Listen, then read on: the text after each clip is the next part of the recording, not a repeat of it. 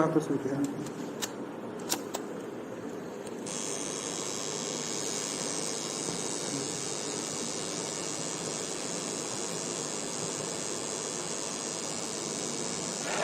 भारत माता की, भारत माता की, हर हर महादेव।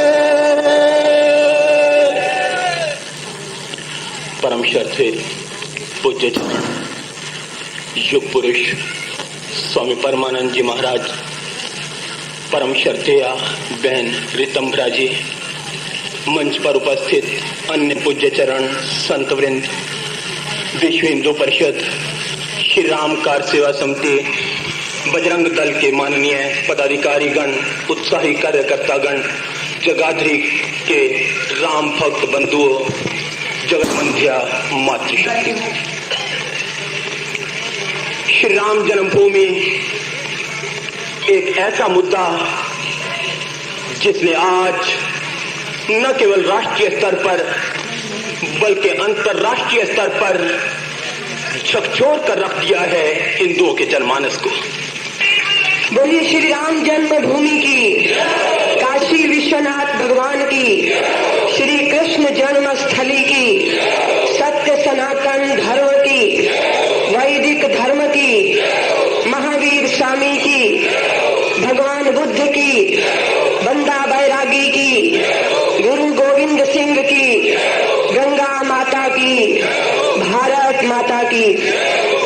मंच पर उपस्थित परम श्रद्धे आचार्य चरण, भारत के संत मनीषी एवं हिंदू बंधुओं, माताओं बहनों, अभी आप लोग संत महापुरुषों के मुखारविंद से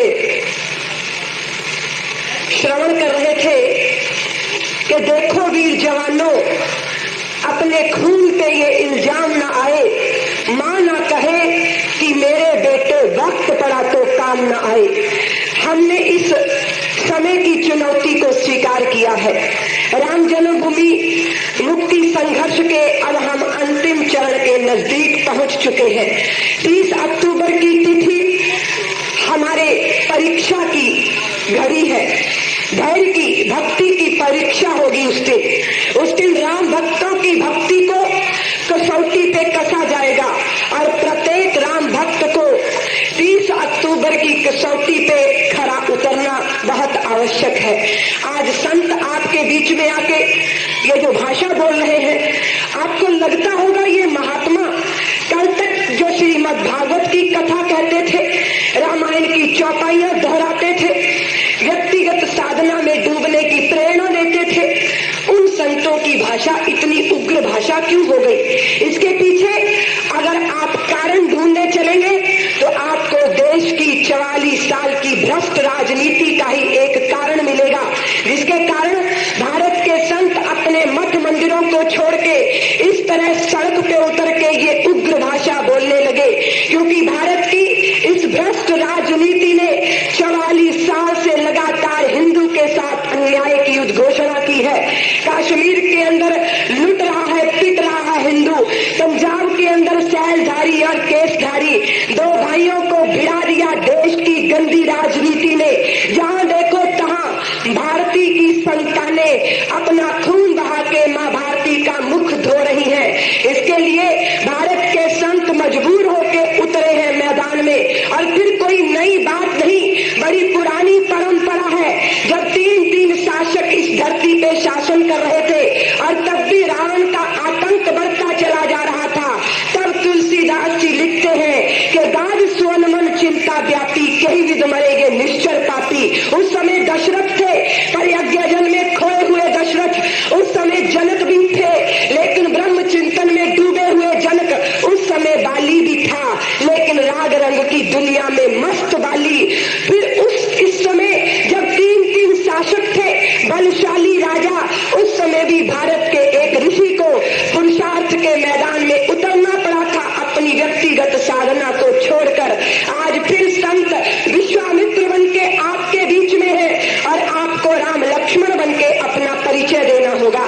ये संत चाणक्य बन गए और आप चंद्रगुप्त बन के जरा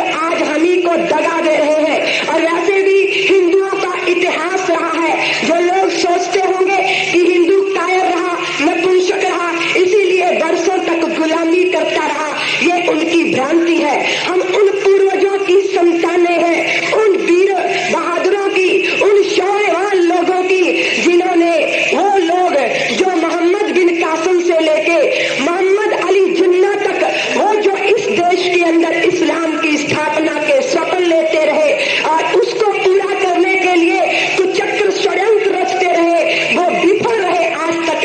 ये देश के अंदर हमारे उन्हीं पूर्वजों के शौर्य के कारण, कैसे भूल जाओगे आप महाराणा प्रताप को, कैसे भूल जाओगे पृथ्वीराज चौहान की उस वीरता को, कैसे विस्मरण कर दोगे छत्रसाल को, छत्रपति शिवाजी को, अमर सिंह राठौर को, दुर्गावती को, कैसे आप स्मरण अपने मानस पटल से उनकी स्मृति को मिटा दोगे।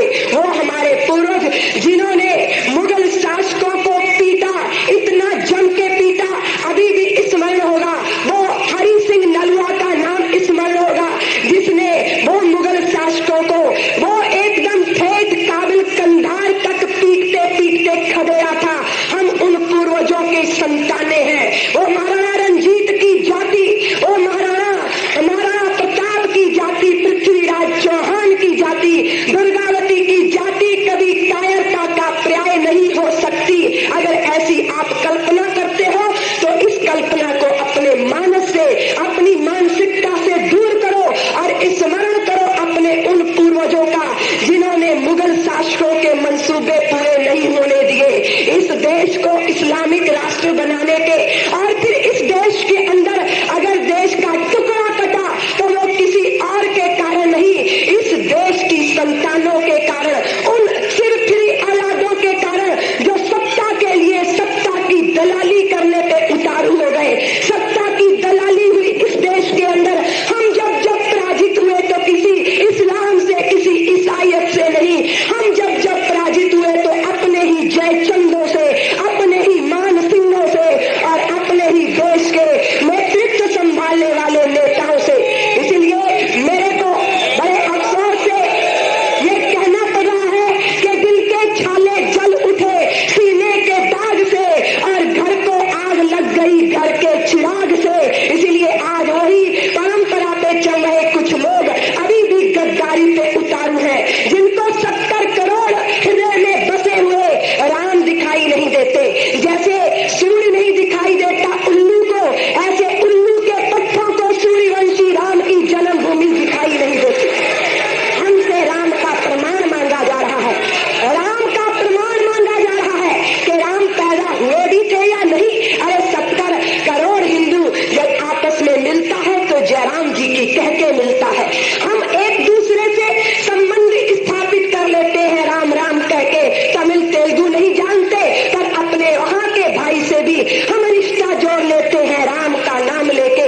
खेतों में काम धंधा करते थक जाए तो हाय विश्वनाथ प्रताप सिंह नहीं कहते और न हाय मुलायम सिंह यादव कहते हैं, हम तो हाय राम कह के अपनी थकावट उतारा करते हैं। हमें कोई गम आके घेर लेवे तो हम हे राम कह के गमों का घूंट पी जाते हैं। हमारी जिंदगी की शुरुआत भी राम से और जीवन की अंतिम यात्रा भी राम नाम सत्य के साथ होती है। क्या अब भी राम के होने का प्रमाण चाहिए?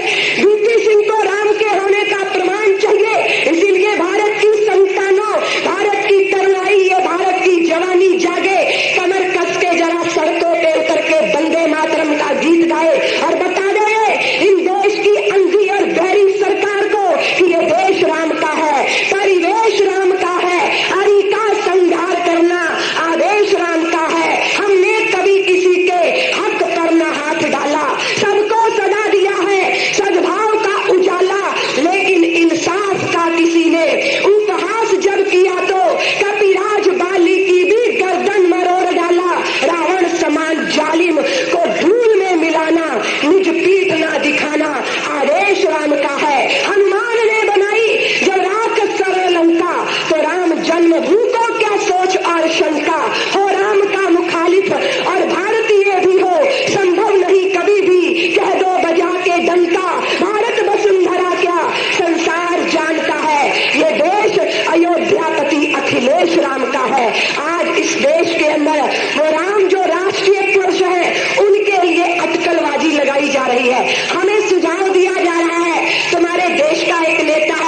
चंद्रशेखर, मुलायम सिंह यादव आजकल उनको संत चंद्रशेखर कहते हैं। वो चंद्रशेखर कहता है कि हिंदुओं मंदिर बनाना है तो जगह बदल के बना लो। तो मैंने कहा चंद्रशेखर हम तो जगह बदल लेंगे, पहले तुम बताओ तुम अपना बाप बदलने को राजी हो? हमें जगत पिता के जन्म स्थान को बदलने का सुझाव दिया जा रहा है। कोई कहता है वहां राष्ट्रीय स्मारक बनाया जाए। किस बात का स्मारक? कि आया था एक विदेशी आक्रांता लुटेरा और मां भारती की अस्मिता को मिट्टी में मिलाने के लिए प्रभु राम के मंदिर को ध्वस्त किया था। वो अपमानजनक स्थिति का स्मारक बनवाना चाहते हैं। देश के